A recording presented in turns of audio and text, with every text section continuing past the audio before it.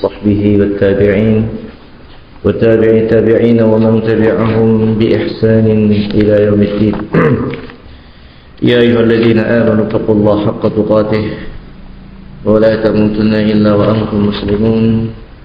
يا أيها الناس اتقوا ربكم الذي خلقكم من نفس واحدة وخلق منها زوجها وبث منهما رجالا كثيرا ونساء واتقوا الله الذي تساءلون به والأرحام إن الله كان عليكم رقيبا. يا أيها الذين آمنوا اتقوا الله قولوا قولا سديدا يصلح لكم أعمالكم ويغفر لكم ذنوبكم ومن يطع الله ورسوله فقد فاز فوزا عظيما. أما بعد فإن خير الكلام كلام الله وخير الهدي هدي محمد صلى الله عليه وعلى آله وسلم. شر الأمور محدثاتها فإن كل محدثات بدعة وكل بدعة ضلالة وكل ضلالة في النار. أعاذني الله وإياكم من النار. Ma'asyiral muslimin rahimani wa rahimakumullah. Kita lanjutkan dari pembahasan kitab Al-Adabul Mufrad lil Imam Al-Bukhari rahimahullah. Sekarang masuk pada hadis berikutnya, masih dalam kitab doa, bab tentang doa. Qala al-Imam Al-Bukhari rahimahullah, haddatsana Musaddad qala haddatsana Mu'tamir qala sami'tu abi qala sami'tu Anas bin Malik yaqul. Al-Imam Bukhari rahimahullah mengatakan telah menceritakan kepada kami Musaddad, beliau berkata telah menceritakan kepada kami Mu'tamir, beliau berkata aku mendengar abi ayahku berkata aku mendengar Anas bin Malik mengatakan kana Nabi sallallahu alaihi wasallam yaqul, bahwasanya Nabi sallallahu alaihi wasallam sering berdoa, Allahumma inni a'udzubika minal ajzi wal kasali wal jubni wal harami wa a'udzu bika min fitnatil mahya wal mamati wa a'udzu bika min adzabil qabri. Bahwasanya Nabi sallallahu alaihi wasallam itu sering berdoa dengan doa demikian, yaitu Allahumma inni a'udzubika, ya Allah aku berlindung kepadamu minal ajzi wal kasali, itu berlindung dari ajaz, dari kelemahan, wal kasali, dan kemalasan. Itu berlindung kepada Allah jangan sampai ajaz, menjadi orang yang lemah, tidak mampu untuk ibadah, tidak mampu untuk berbuat kebaikan. Wal kasali, berlindung kepada Allah dari sikap malas. Wal jubuni wal harami, dan juga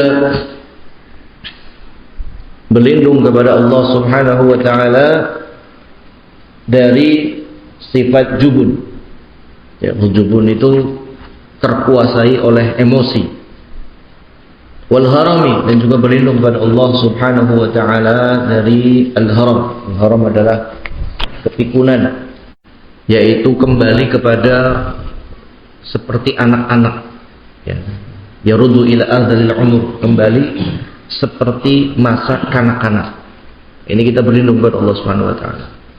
Wa a'udzu bika min fitnatil mahya wal mamat, dan aku berlindung kepadamu ya Allah dari ujian kehidupan dan kematian. Wa a'udzu bika min adzabil qabri, dan aku berlindung kepadamu ya Allah dari azab kubur. Doa ini pula diriwayatkan oleh Bukhari dalam sahihnya dan Muslim dalam sahihnya. Kemudian dalam lafaz yang lain, qala al-Imam al-Bukhari rahimahullah haddatsana al-Makki qala haddatsana Abdullah bin Sa'id ibn Abi Hind an Amr ibn Abi Amr an Anas qala sami'tu an-nabiy sallallahu alaihi wasallam yaqul, telah menceritakan kepada kami al-Makki, beliau mengatakan telah menceritakan kepada kami Abdullah bin Sa'id bin Abi Hind dari Amr ibn Abi Amr dari Anas bin Malik.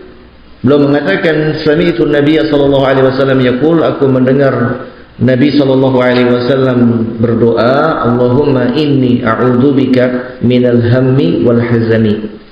Ya Allah, aku berlindung kepadamu dari hammi wal hazani. Ham itu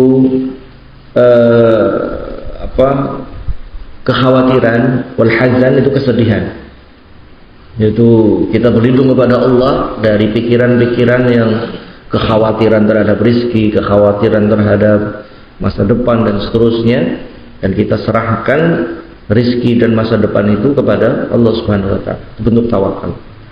Jadi berlarut-larut memikirkan ya apa yang tidak pasti, ya, kita berlindung kepada Allah dari perkara tersebut.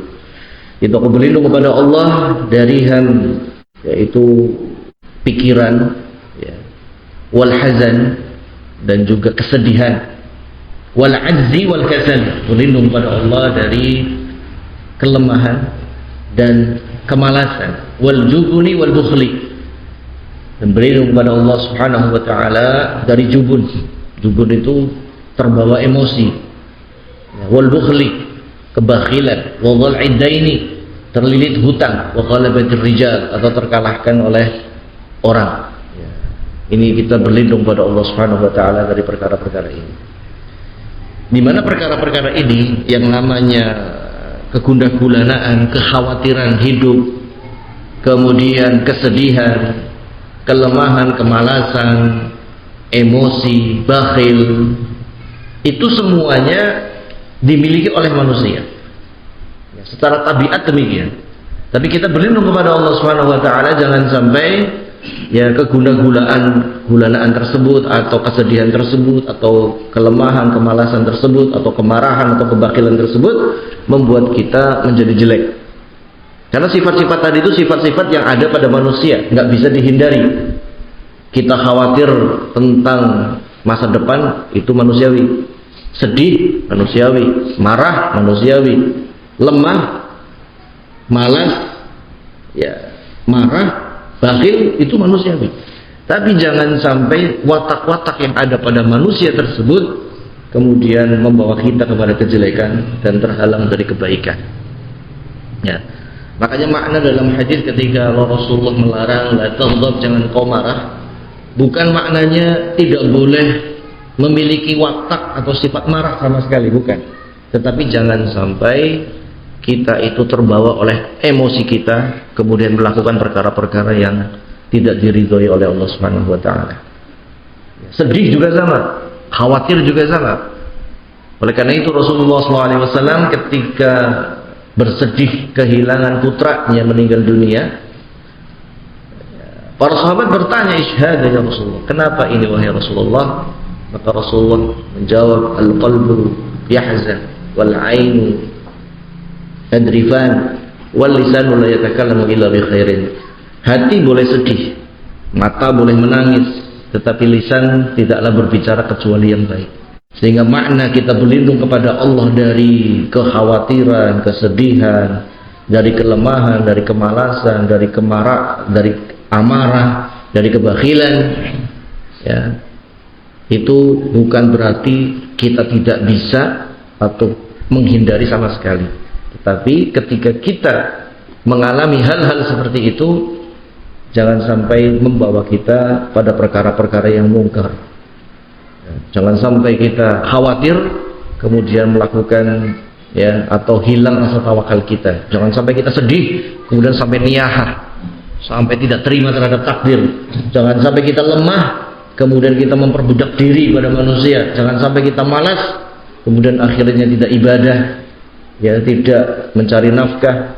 Jangan sampai kita marah dengan amarah yang tidak terkendali, dan jangan sampai kita bakhil dengan kebakhilan yang sampai tidak memberikan kebaikan kepada yang wajib untuk kita berikan. Kemudian wa dhala'id dain, demikian pula kita berlindung kepada Allah dari terlilitnya hutang. Bukan berarti hutang itu haram, bukan.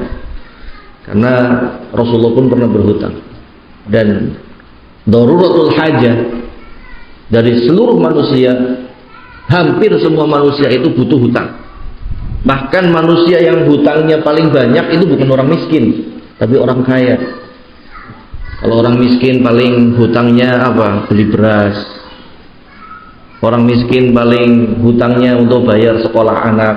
Orang miskin paling hutangnya ya untuk perkara-perkara yang ringan-ringan, yang perkara darurat juga. Tapi kalau orang kaya, ya, orang yang semakin kaya itu hutangnya semakin kaya juga, semakin banyak juga. Untuk beli rumah harus hutang, beli mobil harus hutang, bahkan bukan hanya hutang, ya, riba sampai. Kalau sekedar hutang saja mungkin masih boleh, tapi kalau sampai hutangnya itu riba, ya, sampai kemudian makan harta riba, sampai menipu, ya, maka yang demikian ikhwan fillah yang kita berlindung kepada Allah jangan sampai seperti itu. Dan kita kenapa meminta kepada Allah berlindung dari terlilitnya hutang? Karena telah lewat, kalau tidak salah dalam kitab ini hadis, salah satu mudarat daripada terlilit hutang itu akan memudahkan kita untuk berdusta. Jadi orang kalau sudah terlilit hutang itu akan mendorong dia untuk berdusta. Minimalnya tentang waktu pembayaran. Minimalnya adalah kapan dia harus bayar, ya. Itu berdusta di situ. Maka kalau bisa kita itu tidak berhutang ya bagus. Tapi kalau memang harus berhutang, ya niatlah dari awal untuk membayar dan berusahalah untuk melunasi hutang tersebut. Wa ghalabatir rijal, dan kita berlindung kepada Allah dari ghalabatir rijal, dari terkalahkan oleh orang, dikuasai oleh orang, dijajah oleh orang. Karena ini yang namanya perbudakan itu sangat menyakitkan hati dan menyakitkan raga, menyakitkan badan, karena diperbudak, dijajah, diperbudak, ya, itu sangat menyakitkan. Maka kita berlindung kepada Allah jangan sampai kita diperbudak. Kemudian doa yang berikutnya yang diajarkan oleh Rasulullah SAW. Qala Imam Bukhari rahimahullah, haddatsana Abdullah ibn Abdul Wahhab qala haddatsana Khalid bin Al-Harith qala haddatsana Abdul Rahman Al-Mas'udi an Alqamah ibn Marthad an Abi Rabi'i an Abi Hurairah radhiyallahu anhu qala. Al-Imam Bukhari mengatakan dalam menceritakan kepada kami Abdullah ibn Abdul Wahhab, beliau berkata telah menceritakan kepada kami Khalid bin Al-Harith, beliau berkata telah menceritakan kepada kami Abdul Rahman Al-Mas'udi dari Alqamah ibn Marthad dari Abi Rabi' dari Abi Hurairah radhiyallahu anhu. Dan sanadnya ini hasan karena seluruhnya thiqah kecuali Abu Rabi', dia saduq. Ya, saduq, kemudian mendapatkan penguat dari riwayat yang lain, riwayat Imam Ahmad dari Abi Musa Al-Asy'ari, ya demikian pula mendapatkan penguat dari riwayat Ibnu Abbas dari di Sahih Bukhari, sehingga sanad daripada hadis ini hasan sahih. Karena Abi Rabi' itu saduq, jadi saduq orang jujur, ya sering anak ulangi, orang jujur saja dari sisi riwayat, sekedar jujur itu belum cukup untuk diterimanya sebuah riwayat. Tapi ini orang jujur, ya jujur. Tetapi jujur itu tauhid atau istilahnya ta'dil, rekomendasi yang paling mendasar. Jadi bukan cukup hanya jujur, tetapi yang lebih daripada jujur adalah dia thiqah. Thiqah itu terpercaya. Karena orang yang jujur belum tentu terpercaya. Bisa jadi orang dia jujur itu karena dari niatnya, tetapi karena tidak bisa menjaga berita yang dia dengar, ya tidak bisa merawat yang dia dengar, akhirnya terjadi kesalahan. Sehingga seorang ketika dicap dalam ilmu jarh wa ta'dil sebagai soduk saja, biasanya soduk yukhti, dia jujur tapi sering salah. Ya, makanya sering kita sampaikan bukan hanya jujur dalam ilmu hadis, dalam masalah riwayat, tetapi kekuatan penjagaan yang namanya thiqah, ya, yang namanya thiqah. Ya. Sehingga ada satu faedah sebelum kita sampaikan, kita lanjutkan hadis ini, ada satu faedah terkait firman Allah Taala, ya ayyuhalladzina amanu in ja'akum fasiqun binaba'in fatabayyanu, wahai orang yang beriman, jika datang orang fasik kepadamu membawa berita, maka tabayyunlah. Perhatikan di sini. Ayat ini secara dilalah mantuk itu secara tekstual memerintahkan kepada kita untuk tabayyun. Apalagi kalau beritanya dari orang yang fasik. Ini yang pertama. Jadi ayat ini secara mantuknya, secara tekstualnya adalah perintah untuk tabayun ketika mendapat berita. Kemudian pendalilan secara mafhumnya, kalau ada orang yang tidak jujur, maka jangan langsung diterima, ya, tabayun dulu. Kalau orang yang jujur, langsung terima atau tidak? Langsung terima atau tidak? Terima atau tidak? Diterima, tapi tetap ditabayun. Karena perintahnya ini perintah tabayun. Kemudian yang kedua, karena sebelumnya ada yang menganggap kalau ini thiqah berarti diterima. Sebentar dulu, dalam ilmu hadis syarat sanad itu sahih atau hadis itu sahih itu ada 5. Bukan hanya masalah thiqah. Ya, kan harus diriwayatkan oleh orang yang thiqah. Kemudian muttasilat sanadi bersambung sanadnya, ya, bersambung sanadnya. Kemudian diriwayatkan dari orang yang semisalnya, ya, jadi thiqah. Yang keempat, tidak mu'allaf, tidak cacat riwayatannya. Contoh cacat ini ganjil dalam sisi bahasa, ganjil dari sisi berita. Kemudian tidak syad itu tidak menyelisihi berita yang lebih terpercaya. Itu baru dianggap sahih. Sehingga kalau ada orang yang taruhlah jujur, itu belum cukup untuk kita katakan beritanya pasti benar. Ya. Sudah dipahami ya? Nah, itu dalam urusan. Yang kedua,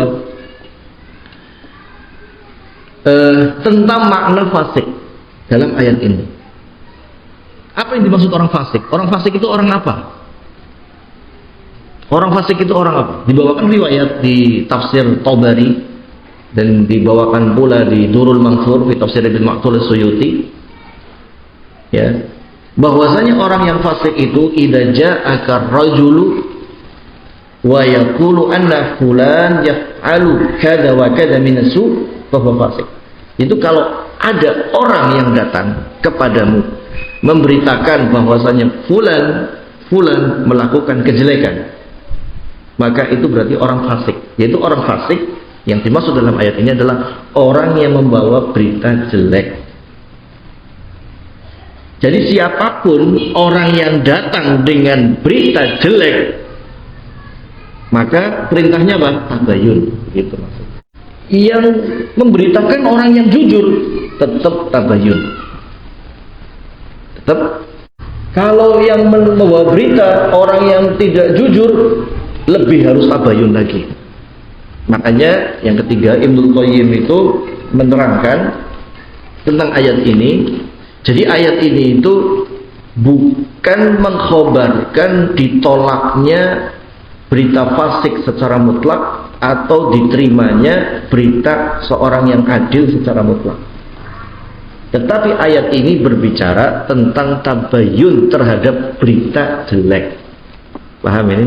Jadi kalau beritanya jelek, dari siapapun datangnya tabayun. Kalau beritanya jelek, kalau beritanya baik, terima. Karena yang ketika itu baik berarti tidak bertentangan dengan kebaikan-kebaikan yang lain. Tapi kalau beritanya jelek, tabayun. Dari orang yang kita kenal jelek ataupun yang kita kenal baik, tetap tabayun. Karena beritanya yang dibawa adalah jelek. Tabayun intinya. Itu penting sekali yang namanya tabayun, karena kadang sebagian orang ini terpercaya kok, ini orang saya percaya, sehingga walaupun beritanya jelek saya percaya. Tidak bisa demikian, ya. Mau beritanya, mau orangnya kita percaya atau tidak kita percaya, kalau beritanya jelek harus tabayun. Nah, ini yang ditanbih oleh Ibnul Qayyim, ya, ditanbih oleh Ibnul Qayyim, ya, tentang masalah ayat ini. Karena kadang ada yang salah paham, ya. Karena memang secara mafhumnya kalau ada khobar orang yang baik kita terima. Nah, benar. Kalau beritanya itu berita baik, tapi kalau beritanya buruk, tabayun dulu. Ya, karena orang yang membawa berita buruk itu masuk dalam kategori fasik. Ya, seperti disebutkan dalam tafsir Tabari tadi. Nah, Jadi definisi fasik itu bukan hanya orang yang dikenal sebagai pendusta saja, tetapi orang yang membawa berita buruk itu dalam kategori fasik. Makanya untuk mengkonfirmasi ya dia fasik atau tidak, menghilangkan keraguan dia fasik atau tidak dengan tabayyun, mencari kejelasan. Itu tabayyun, itu mencari kejelasan yang benar bagaimana. Itu namanya tabayyun. Nah, yang sering ini faedah yang sangat penting sekali ya, dalam bidang ilmu hadis, seorang yang soduk, orang yang jujur saja belum bisa menjadikan hadis itu jadi sahih.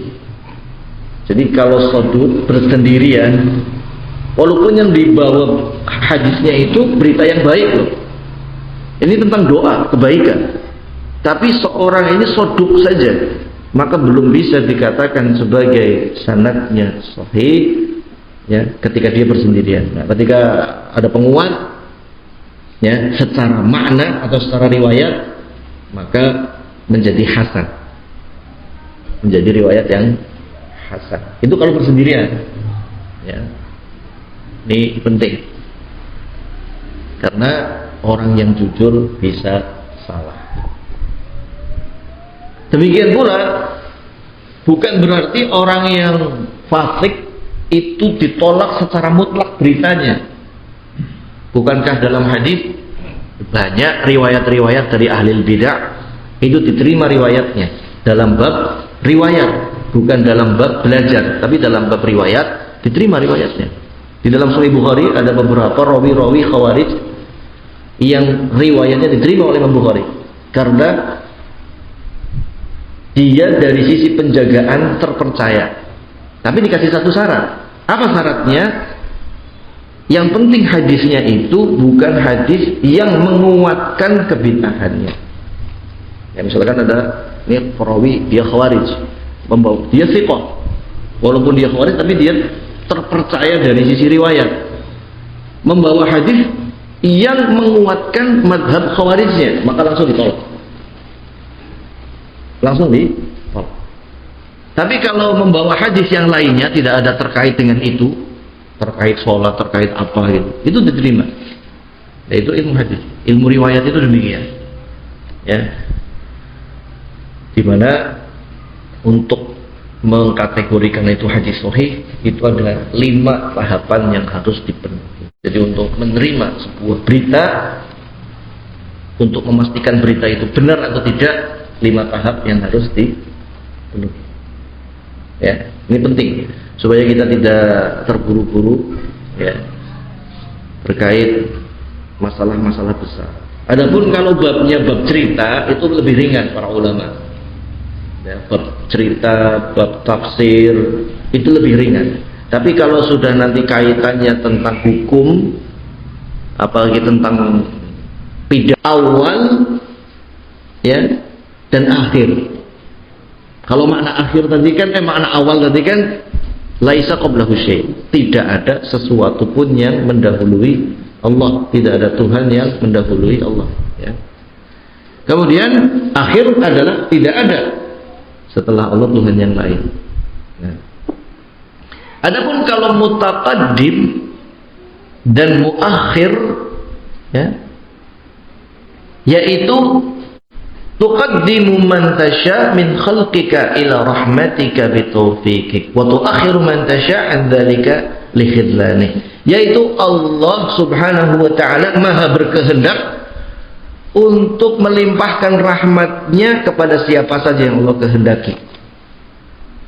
Adapun muakhir, yaitu Allah Subhanahu wa taala Maha berkehendak untuk mengakhirkan dari siapa saja ya, dari rahmat Allah dan taufiknya Allah Subhanahu wa taala. Yaitu Allah bisa mendahulukan siapapun masuk Islam dan mengakhirkan siapapun. Itu lebih kepada makna masyiah dan taufik. Itu kalau makna muqaddim dan muakhir.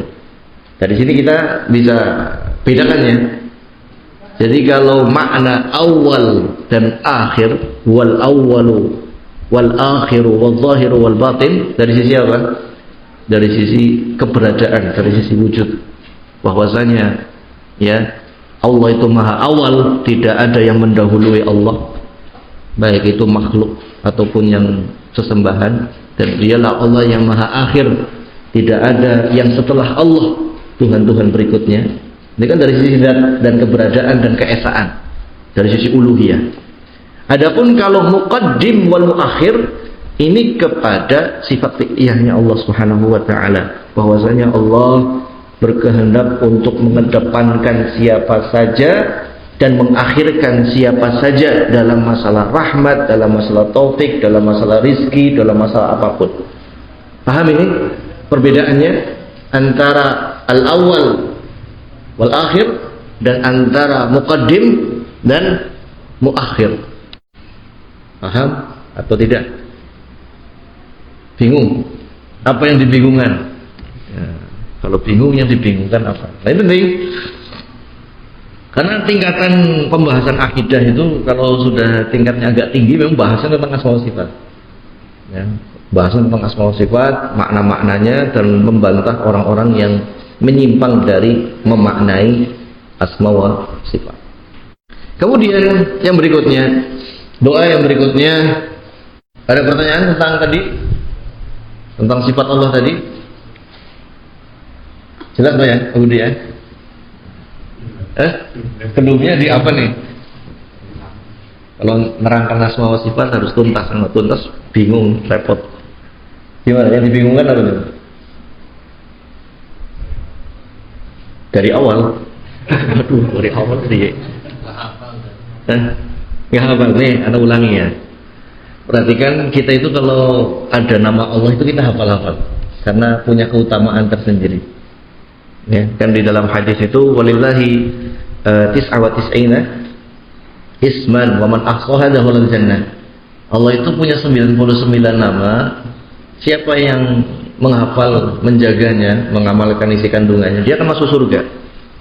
Ini di antara bentuk cinta kita kepada Allah adalah menghafal, memahami makna-makna daripada nama-nama Allah yang pilihan. Nah, di antara nama Allah kan huwal awwalu wal akhiru wal zahiru wal batinu. Itu dalam Al-Qur'an. Ya. Yang Rasulullah sendiri dalam hadis riwayat Muslim langsung menafsirkan maknanya.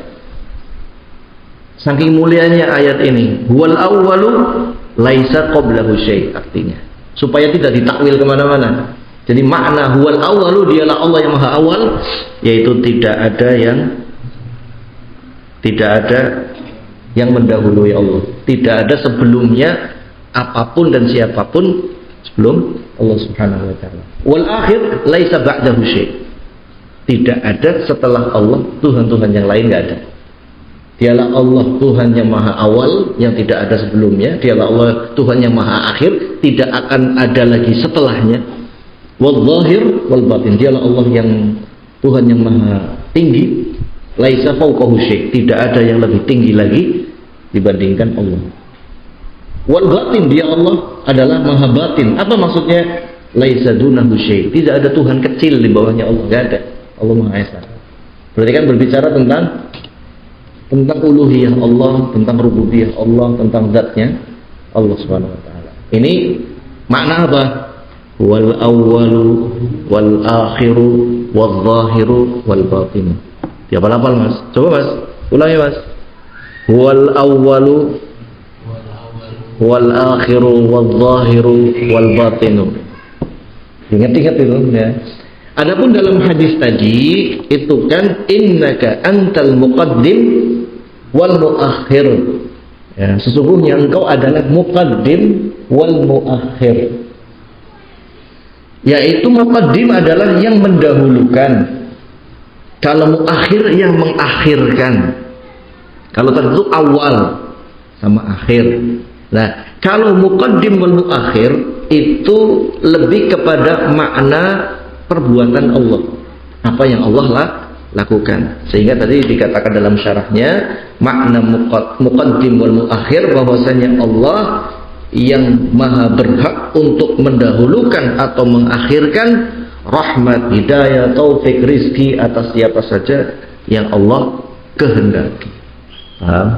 Berarti yang wal awwalu wal akhir wal zahir wal batin lebih kepada makna dzat, lebih makna uluhiyah Allah. Adapun makna muqaddim dan muakhir lebih kepada makna fiilnya Allah, perbuatannya Allah Subhanahu wa ta'ala.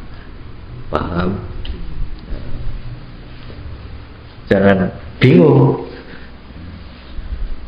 Karena ini mengenal nama Allah, sifat-sifat Allah dan perbuatannya Allah, maka mengenalnya saja, menetapkan saja itu sudah pahalanya sangat besar. Bahkan itulah pembeda antara ahlu sunnah wa ahli bidah.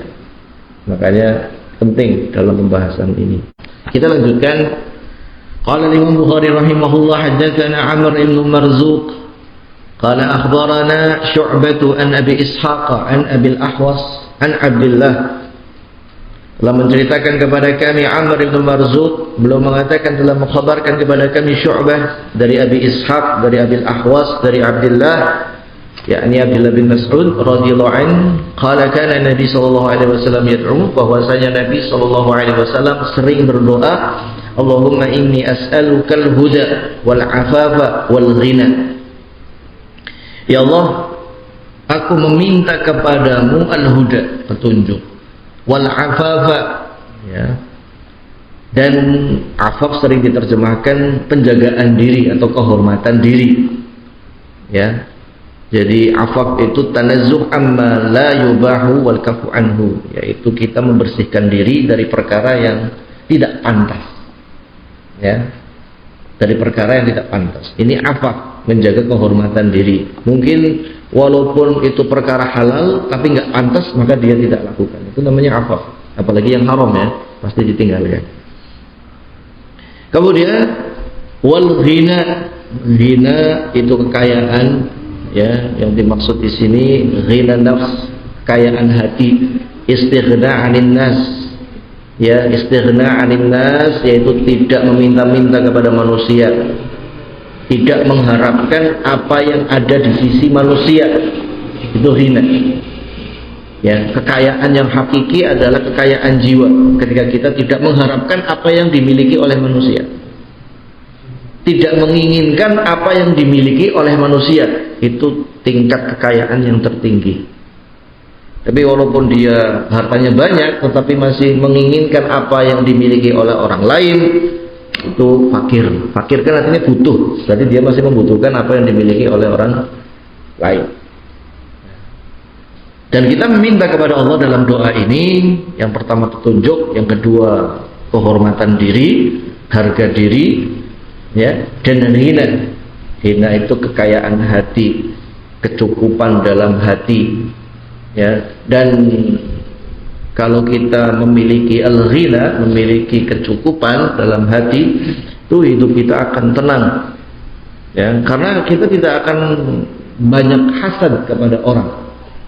Ya, orang mau nikmat, mau apa, ya kita nggak ingin, ya sudah, itu nikmat milik dia, anugerah Allah bagi dia.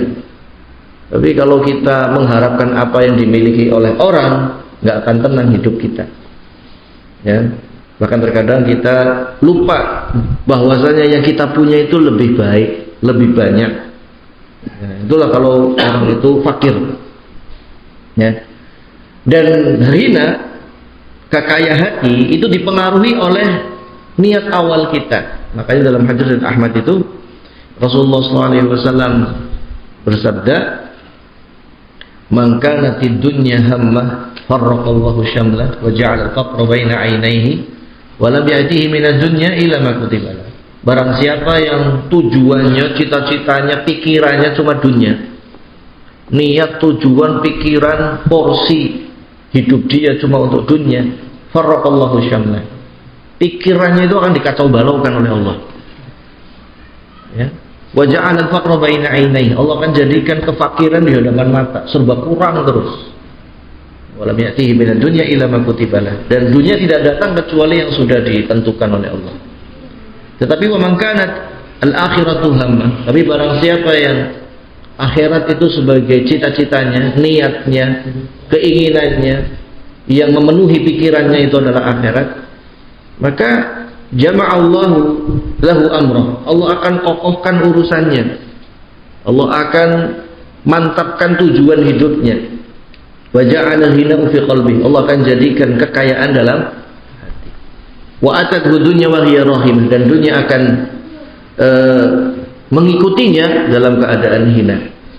Ada sebuah ungkapan yang bagus ya dari seorang tua. Jadi pernah, subhanallah, orang awam tapi nasihatnya bagus. Ya. Bilang kepada anak, kalau kita tujuannya jauh, yang dekat akan dapat. Tapi kalau tujuannya dekat, yang jauh nggak bakalan dapat. Maksudnya apa? Kalau kita tujuannya akhirat, akhirat itu kan jauh. Dunia itu akan dapat. Tapi kalau tujuannya dunia, akhiratnya nggak dapat. Karena dunia itu dekat, akhirat itu jauh. Makanya ini ucapan yang sangat bagus, mengingatkan kembali kepada hadis tadi. Jadi kalau kita arah tujuan kita itu jauh ke depan, yaitu akhirat, dunia ini akan ke bawah. Kita pun tidak akan menyia-nyiakan dunia. Kita pun tidak akan menggunakan dunia dalam perkara haram. Kita akan menggunakan sebaik mungkin dunia ini, karena tahu ya, yang jauh itu butuh bekal dari yang dekat ini, dari dunia ini. Tapi kalau tujuan kita cuma dekat, rupanya perjalanan kita masih jauh di akhirat kelak nanti, ya akhirnya yang akhirat nggak dapat, dunia belum tentu dapat juga, bisa dapat bisa tidak, dan banyaknya tidak, ya. Yang didapatkan hanya yang sudah ditetapkan. Coba kalau orang yang cari dunia, lebih banyak yang kaya apa yang miskin? Ini mohon maaf, lebih banyak yang mana? Lebih banyak yang jadi bos apa yang jadi karyawan? Itu lebih banyak jadi karyawan daripada jadi bos. Ya, jadi kalau orang presentasi saja kita mau ya pakai grafik, kemungkinan sukses cita-cita dunia itu kemungkinannya 1 banding berapa? Jadi kalau direkturnya 1, karyawannya 10.000, ya berarti prosentasenya 1 banding 10.000 untuk jadi sukses di dunia. Gitu. Makanya ya udah, dunia ini jalani dengan baik. Kalau orang itu tujuannya akhirat, dia tidak akan melupakan dunia, karena dia sadar dunia itu bekal akhiratnya. Tapi kalau orang tujuannya dunia, pasti dia lupa akhirat. Akhirnya ketika sampai ke akhirat, dia nggak punya amal kebaikan. Sallallahu alaihi wasallam. Demikian fadhil kumandangan adzan terlebih dahulu. Alhamdulillah, kita lanjutkan. Qala Imam Bukhari rahimahullah, haddatsana Bayanun qala haddatsana Yazid qala haddatsana Al-Jurairi an Thumamah ibn Hazn qala sami'tu syaikhan yunadi bi'ala sautih. Telah menceritakan kepada kami Bayan, beliau berkata telah menceritakan kepada kami Yazid, beliau berkata telah menceritakan kepada kami Zurairi dari Thumamah ibn Hazn. Beliau mengatakan, aku mendengar orang yang sudah sepuh menyeru dengan suara yang sangat tinggi, Allahumma inni a'udzubika minasyarr, ya Allah, aku berlindung kepadamu dari kejelekan, la yakhlituhu syai', yang tidak tercampur dengan apapun. Qultu, maka aku bertanya, man hadha syekh, siapa orang yang sepuh ini? Qila, maka ada yang menjawab, ini adalah Abu Darda. Ya, ini adalah Abu Darda. Dalam riwayat yang mauquf ini, ya, Abu Darda ini menyeru dengan suara yang tinggi dalam doa. Ya, secara asalnya dalam doa zikir itu lirih, tetapi memang terkadang boleh meninggikan suara saat berdoa. Ya, saat berzikir terkadang boleh demikian. Ya, tapi kalau secara hukum asalnya yang namanya berzikir dan berdoa itu lirih, hanya didengar oleh dirinya. Tapi sesekali atau pada kesempatan tertentu itu boleh diperdengarkan kepada yang lainnya. Ya, itu boleh dalam bab doa. Ya, supaya misalkan diaminkan oleh orang lain. Ya, itu dia boleh. Tetapi kalau menjadi sebuah rutinitas itu jangan. kecuali dalam zikir dan doa setelah sholat. Sebagian ulama, diantaranya Syekh bin Baz, berpendapat dijaharkan, ya, sebagian berpendapat disirkan. Ya, misalkan Syekh bin Baz berpendapat ya zikirnya yang didengar oleh orang setelah sholat. Ya. Ada yang berpendapat yang lainnya dilirihkan, tetap lirih sebagaimana hukum asal daripada zikir dan doa. Kemudian hadis yang berikutnya, qala Imam Ahmad rahimahullah haddatsana Abdullah bin Muhammad qala haddatsana Abu Amir qala haddatsana Israil an Majza'ah an Abdullah bin Abi Awfa, telah menceritakan kepada kami Abdullah bin Muhammad, beliau berkata telah menceritakan kepada kami Abu Amir, beliau berkata telah menceritakan kepada kami Israil dari Majza'ah dari Abdullah bin Abi Awfa, bahwasanya Nabi SAW bersabda, Allahumma tahhirni bisalji wal baradi wal ma'i al baridi. Ya Allah, sucikanlah aku dengan salju, ya, dengan barad, dengan embun, wal ma'il baridi, dan dengan air yang dingin.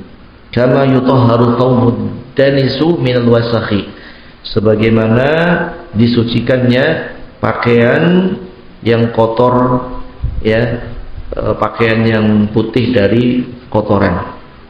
Tsumma yaqul, kemudian berdoa lagi, Allahumma Rabbana lakal hamdu mil'as samawati wa mil'al ardi wa mil'a ma syi'ta min syai'in ba'du. Ya Allah, wahai Rabb kami, segala puji hanya bagimu, sepenuh langit, sepenuh bumi, dan sepenuh apa yang kau kehendaki setelah langit dan bumi. Di dalam doa ini, ya, para fiqinasakumullah, yaitu Rasulullah SAW kana yakul, kalau kana ketemu yakul, ya, itu faedahnya istimrar, sering. Jadi Rasulullah itu sering banyak melakukan, itu kalau kana ketemunya fi'il mudhari. Ya, jadi kalau kita terjemahkan bahwasanya Nabi sering sekali berdoa dengan doa ini. Ya, Allahumma tahhirni bisalji wal baradi wal ma'il baridi kama yutahharu thawbud danisu minal wasakhi. Allahumma rabbana lakal hamdu mil'as samawati wa mil'al ardi wa mil'a ma syi'ta min syai'in ba'du. Ya, hadisnya hadis yang sahih. Di dalam kitab Ighatsatul Lahafan karya Ibnu Qayyim, beliau menukilkan perkataan Syekhul Islam Ibnu Taimiyah ketika ditanya oleh seseorang, kaifa tutahharul khataya bil ma'il baridi wal haru ablahu fil inqa. Bagaimana dalam doa ini disucikannya kesalahan itu dengan air dingin, bukan dengan air panas. Bukankah air panas itu lebih menghilangkan, begitu? Ada yang tanya. Artinya secara akal kan, kalau air panas lebih bisa membersihkan kotoran dalam baju, kok ini dengan air dingin? Ya. Faqala, maka Syekhul Islam mengatakan, innal khataya tujibu lil qalbi hararatan wa najasatan wa dha'fan. Sesungguhnya dosa itu akan menyebabkan hati menjadi panas, menjadi najis, dan menjadi lemah. Ya. Jadi dosa akan membuat hati itu panas. Makanya kalau orang berbuat dosa, hati terasa panas, najis, dan juga lemah. Fa innaha bimanzilatil hatab alladhi yamuddu nara wa yuqiduha. Karena ketika dosa itu sampai kepada hati, ibarat kayu bakar, ya, yang siap untuk dibakar dengan api. Wa kullama kathratil khataya inqadatin nar fil qalbi wa ad'afathu. Maka ketika dosa itu semakin banyak, maka hati itu akan semakin panas, hati itu akan semakin lemah. Wal ma'u yaghsilul khabatha wa yutfi'un nar. Adapun air akan mensucikan najis, akan memadamkan api. Fa in kana baridan awrasal jisma salabatan wa quwwatan. Kalau air itu dingin, itu akan membuat badan itu kokoh dan kuat. Fa in kana ma'hu saljun wa baradun kana aqwa fil tabridi. Kalau airnya ada esnya, maka lebih kuat lagi dan lebih menenteramkan lagi. Ya, fakana adhaba li atharil khataya. Maka dalam hadis ini digunakan air dingin dan juga salju karena akan menghilangkan bekas-bekas daripada dosa. Karena bekas dosa itu bukan hanya najis, tetapi kelemahan dan juga panas. Ya, untuk menghilangkan panas, kalau disiram panas nanti tambah panas. Kan begitu ibaratnya. Ya, sehingga di sini diajarkan dengan doanya itu kama yutahharu thawbud danis minal wasakh, yaitu dengan salju, dengan air yang dingin. Jadi sesuatu yang panas dipadamkan dengan yang dingin. Kemudian asyrul muslimin rahimani wa rahimakumullah, doa ini istihbabu hadha dzikri alladhi kana rasul yadhkurullaha bih. Faedah dalam zikir-zikir tadi yang kita bacakan atau doa-doa yang tadi dibacakan, ya, disunahkan untuk kita berdoa dan berzikir dengan doa zikir yang biasa Rasulullah lakukan, karena maknanya sangat bagus, sangat dalam, dan mengikuti sunnah, mengikuti keberkahan. Istilahnya ngalap berkahnya Nabi itu begini. Jadi mengalap berkahnya Nabi itu bukan ngusap-ngusap kuburannya, nangis-nangis di kuburannya, bukan, tetapi dengan mengikuti sunnah-sunnahnya, mengikuti ajarannya, mengucapkan sholawat dan salam kepadanya. Itu ngalap berkah dari Nabi SAW. Sama kalau kita ngalap berkah dari ustadz, dari kiai, yang ngalap berkahnya adalah ikut pengajiannya, ikuti nasihatnya, ya, doakan dia, kan begitu, ya. Bukan hanya sampai ngesot-ngesot di hadapannya, bukan demikian. Itu menghinakan diri. Ya, kalau sekedar cium tangan nggak apa-apa, itu bagus. Tapi kalau sampai ngesot, apalagi sampai sujud, ini yang tidak diperkenankan. Itu menghinakan diri. Manusia tidak boleh menghinakan diri di hadapan manusia. Kita sama, keturunan Adam dari tanah. Ya, dari sisi ciptaan, dari sisi manusia kita sama. Ya. Pembedanya adalah takwa, pembedanya adalah ilmu. Ya. Kemudian likulli musallin ayyaqul, setiap orang yang sholat hendaknya dia mengatakan samiallahu liman hamidah rabbana lakal hamdu. Ya. Kemudian disambung mil as-samawati wa mil al-ardi wa mil ma syi'ta min syai'in. Kemudian faedah yang berikutnya isti'adzatun nabi bi rabbih min kulli ma alama bihil 'abdu min dhanbin wa khati'ah. Yaitu hendaknya kita meniru Nabi, di mana Nabi sallallahu alaihi wasallam senantiasa berlindung kepada Allah dari segala sesuatu, ya, yang membuat berat manusia berupa dosa atau kesalahan. Ya. Karena dosa itu akan melemahkan kita. Ya, segala sesuatu makanan, minuman yang haram itu memudaratkan semuanya. Ya, khamr menyehatkan atau memudaratkan? Memudaratkan. Itu kan racun. Pil-pil obat-obatan ekstasi misalkan. Itu menyehatkan apa memudaratkan? Memudaratkan. Jadi segala sesuatu yang diharamkan karena mengandung mara bahaya mudarat yang besar. Kalau ada kebaikan, ya tidak imbang dengan kejelekannya. Tidak imbang dengan kejelekannya. Ya, misalkan khamr, ada nggak kebaikannya? Ya mungkin ada, untuk mengangkatkan badan misalkan. Ya cuma mengangkatkan badan saja, tetapi mudaratnya apa? Akan menghilangkan kesadaran, menghilangkan akal, merusak organ-organ tubuh dan seterusnya. Mudaratnya lebih besar. Kalau sekedar ingin menghangatkan badan, bisa minum jahe, bisa minum apa, yang lain bisa tergantikan.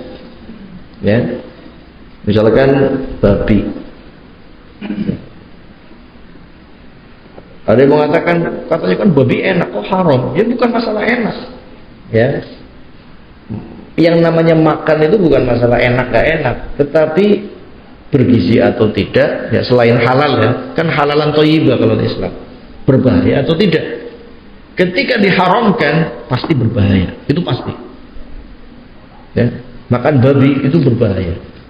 Kalau secara agama yang jelas bahayanya itu adalah dosa karena dilarang oleh Allah dan Rasulnya. Dari sisi kesehatan ya sudah terbukti berbagai macam penelitian, ada cacing pita yang tidak bisa dibunuh dengan sekedar api 1000 derajat itu nggak hilang, telurnya itu masih ada. Jadi pernah ada seorang dokter meneliti, ya dia eksperimennya tubuh dia sendiri, makan babi hutan selama 1 bulan. Setelah 1 bulan makan babi hutan, setiap bangun tidur itu di apa ini namanya, punggungnya itu lengket. Dia penasaran kok 1 bulan makan babi hutan itu lengket punggungnya, keringatnya itu lebih lengket daripada biasanya. Ya, dia awalnya ingin membuktikan bahwasanya makan daging babi itu nggak apa-apa begitu, dan dia buktikan nggak apa-apa kok. Cuma yang dia rasakan adalah lengket. Setelah keringatnya itu diperiksa di apa namanya mikroskop, itu rupanya cacing pita. Itu keringatnya toh, berarti kan sudah kemana-mana tuh keringatnya aja keluar telur cacing pita. Itu dari sisi kesehatan. Dari sisi psikologis ada yang meneliti, orang itu akan ibaratnya apa ya, akan niru, akan mewarisi sifat apa yang dia makan. Bisa dipahami ya? Kalau kita makan daging kan ayam, kambing, sapi, itu pengaruh ke psikologis kita apa? Penurut. Itu hewan-hewan yang nurut. Hewan-hewan yang nurut, makannya juga nggak mau makan yang kotor, makan yang bersih, rumput, seger, kan begitu. Tapi coba hewan haram, babi taruhlah, makannya makan kotorannya sendiri dimakan, lingkungannya juga kotor, dan perilakunya nanti akan mirip seperti itu, seperti babi. Ya, Rasulullah SAW. Kemudian di bau badannya juga mirip-mirip. Ya, baunya itu mirip. Nah, dan seterusnya dari kemudaratan yang ada. Makan daging anjing misalnya, mudaratnya apa? Rabies. Ya. Kenapa Rasulullah melarang segala sesuatu hewan yang zina bin minas siba, ya, yang memburunya itu pakai taring, hewan buas lah. Kenapa? Hewan buas bertaring itu haram. Ya, satu memang haram, diharamkan oleh Rasulullah dalam hadisnya. Dan sisi kesehatan, semua hewan bertaring yang menerkam dengan taringnya itu menyebabkan rabies. Itu seperti itu, pasti bahaya. Ya, orang kalau makan kena rabies itu kayak apa sih? Kan jadi gila. Ya. Ciri-ciri awalnya menghirup udara, alergi dia, takut. Kena air takut, ya sudah, itu alamat rabies. Nah, itu bahaya sekali. Dan semuanya itu yang paling banyak terkena adalah makan, mengonsumsi dagingnya. Itu akan menjadi penyakit gila seperti itu. Sallallahu alaihi wasallam. Makanya hewan-hewan buas itu, ya, ulama mengharamkan untuk dipelihara. Yang buas biarkan liar. Jadi yang buas itu biarkan liar. Kalau memudaratkan boleh dibunuh. Tapi kalau tidak memudaratkan, silakan liar di hutan sana. Ya. Ya demikian ya. Ikhwan fillah azakumullah. Kaidahnya segala sesuatu yang dihalalkan pasti dominan baiknya dibanding buruknya. Sesuatu yang diharamkan pasti dominan buruknya dibanding baiknya, atau bahkan murni buruk semua. Murni buruk semua. Itu kaidah ya yang disepakati oleh para ulama, diambil dari Al-Qur'an dan Sunnah. Ya, makanya oleh karena itu kita semuanya harus berhusnudzon, kenapa ini haram, kenapa ini halal, ya ada hikmahnya di situ. Ada hikmahnya semuanya.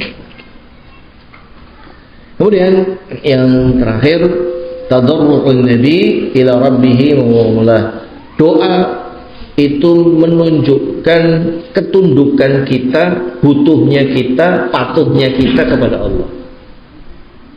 Ya. Jadi kalau kita berdoa itu menunjukkan kita itu butuh, tunduk dan patuh kepada Allah. Tapi kalau kita menjauhi doa, malas berdoa, itu menunjukkan kesombongan dia. Ya. Makanya ketika Allah berfirman tentang doa, ud'uni astajib lakum, berdoalah kalian kepadaku, kepada Allah, niscaya Aku akan kabulkan. Innal ladzina yastakbiruna an ibadati. Lafaz berikutnya dalam ayat tersebut, orang yang sombong dari ibadah kepadaku. Ya. Kalimat awalnya apa? Berdoalah kepadaku, niscaya Aku akan kabulkan. Kalimat berikutnya, siapa yang sombong dari ibadah kepadaku, sayadkhuluna jahannam dakhirin, niscaya dia akan masuk ke dalam neraka dengan hinanya, karena dia sombong. Jadi orang yang tidak mau berdoa kepada Allah, tidak mau minta kepada Allah, itu orang-orang yang sombong. Karena kita itu hamba, kita fakir, butuh kepada Allah. Bukti butuhnya apa? Minta. Bukti butuhnya itu minta. Jangan minta kepada manusia, mintalah kepada Allah Subhanahu wa taala. Kalau minta kepada manusia itu hina, tapi minta kepada Allah itu mulia. Manusia diminta itu marah, tapi Allah kalau diminta itu cinta. Itu prinsipnya ketiga. Semoga bermanfaat apa yang kita sampaikan.